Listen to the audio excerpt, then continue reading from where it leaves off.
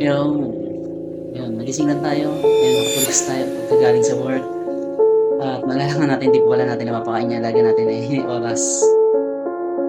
Alas 12:15 na madaling araw. Wala lang. Wala akong kasama eh. Samahan niyo ako. Madilim pa naman dun. Okay, hindi tayo takot dahil sa mga multo-multo niya. Mas takot tayo dito sa mga ah, daga. Madilim kasi kung dito ito ilaw natin. Yun, yung mga daga pa naman dito.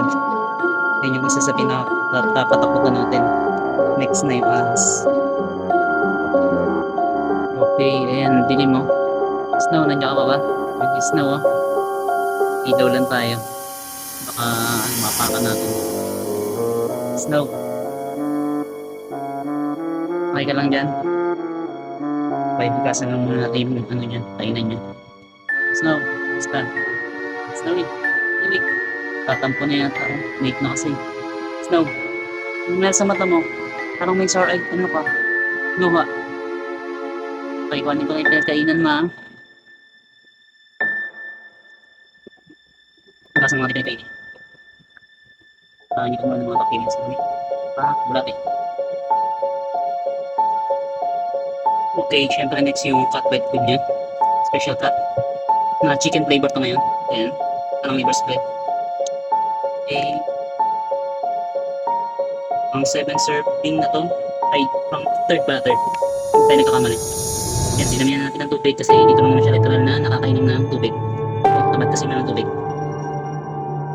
Okay, yan. Mix na natin. Yan, dilim dito. Sana walang daga sa paligid natin, sa paanan natin. Pakas. Okay, hindi natin mapatagatin dahil tulog na rin tayo ulit dahil ipasok tayo ulit bukas naman. So, clip ka na. Okay, bigyan na natin. Okay, bigyan pa natin ng dry food niya. Para ito yung diet niya. Special kasi din yung dry food niya. Yung for urine natin naman. Kunti na. Para balance diet niya. Okay, yung puno, nagparami ang tubig. Ibigyan natin snow. Okay, hindi lang pala daga o ahas na hanggat dito. Dami rin lamok. Snow, wait lang pa na. Okay, naparami yung tubig natin. Snow, pasok doon. Pasok, pasok, pasok, pasok, pasok. Hindi na makapaghintay eh.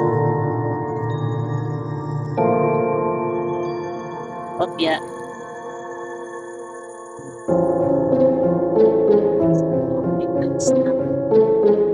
Dinner, ito lang pagin. Nakalimutan natin ang dinner. Busi mo yan ha.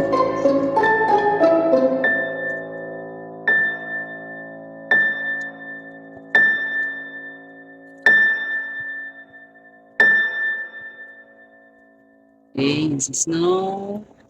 Kain ng kanyang special cut wet food dinner. Na midnight snack na rin kasi nakalimutan natin. Ngayon lang tayo nagising alas 12. Okay, pagkain niya special cut.